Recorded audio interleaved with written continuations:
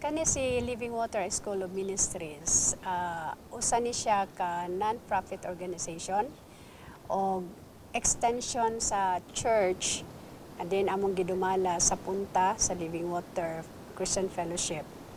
Nagka-cater tani o nagkalain-laing mga kabataan, mga young people, bisan og adult, labi na sa kadtong mga Na-involved sa drogas. na-involved sa drogas o gikan sa gingon pa nila bahay ni Kuya actually City jail. gikan sa city jail, lain-lain nga city jail gani naapay sa Leyte napod basta ang kasagaran natong gina-cater dire kadtong mga tawo nga nawad-an na og paglaom sa kinabuhi nga wala na gani hapit mo dawat sa ilaha.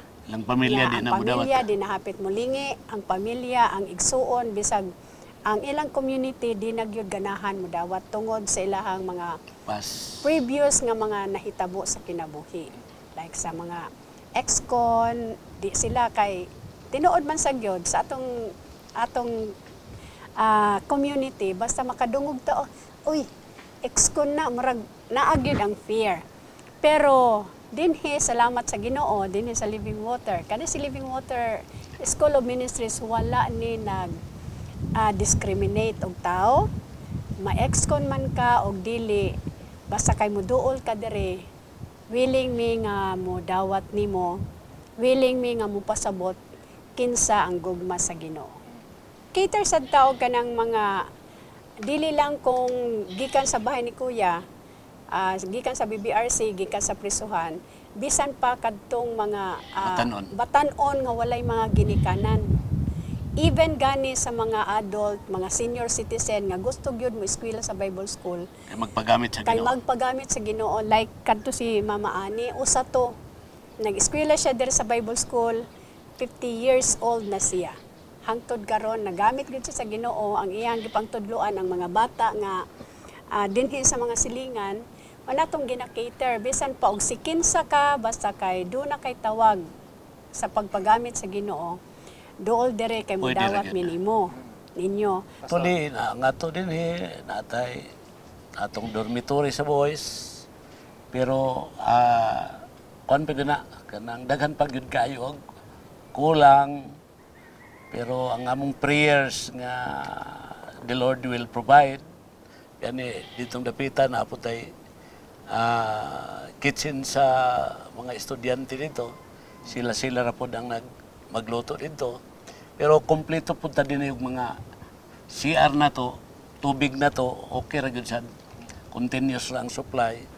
Nga atong kuryente agad-agad ra gyud pod sa sa atong Biko, pero so far gawas lang ni atong audit kay murag almost 3 months ta dire. Walay kuryente pero sa pagkakaron okay magud kayo. Unya ang atong sa ka-dorm, ang girls dorm, unya chapel, unya nasay na dito ang atong mga classrooms nga okay ra gyud, luag-luag ra gyud pod sa mga estudyante nato. Ya kining dinhi mao ni ang among gipuy-an dinhi. Mao ni pioneer first building nato nga mao ni among gipuy-an diri. So again sa giingon ni pastora nga daghan na po naggamit diri for youth camp, mga retreat o conference o mga seminars, lectures. So moari na sila kay mogamit kay gawas nga way disturbo diri kay layo-layo tas lungsod. Di ta kadungog diri mga singalong ang among ikapasalig diri presko gyud nga hangin. Nya landong ni atong lugar diri, linaw kayo. So mo na nga katong dunay mga tawag nga mga batanon once nga naa sila diri malipay gud sila nga ilang ipostro ang ilang calling sa Ginoo.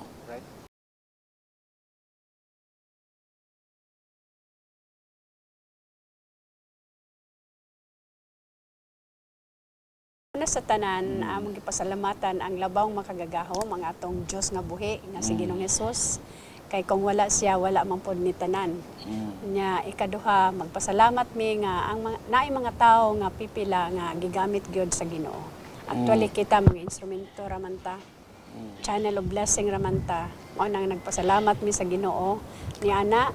O niya nagpasalamat sad mi sa Cebu Co-op, People's People's Co-op nga kanang nahigayunan og are dere sa among dapit na nagpasalamat mi sa among mga igsuon like ni Pastor Ruben, si Pastor Dennis nga usa na mga products dire gikan sa Bible School. Siya po'y nag-refer. Padawat ra pod mi Sir Jacob ug na mo ika-recommend nga tan-aw ninyo nga nato nga ang atong dunay calling, dunay gusto gyud mo tuon sa Bible. Labi nagwa na pamilya gyud nga mo dawat nila kay labi nagre kag prisuhan. Pero again sa akong gikaingon na nga kita diri gugmar gyud sa Ginoo mi atong gipatugbabaw diri. Okay, kung way gugma sa Ginoo wala man ta. Sayang atong kinabuhi mao nga kami diri nakakaton gyud pag higugma sa mga tao nga murag sinalikway na sa katilingban, sinalikway sa pamilya. Pero doon na pa'y Diyos nga atong gituan. Nga andam og tagana nga ligyan mo sa likway. Amen. Bisan unsang kahimtang sa kinabuhi.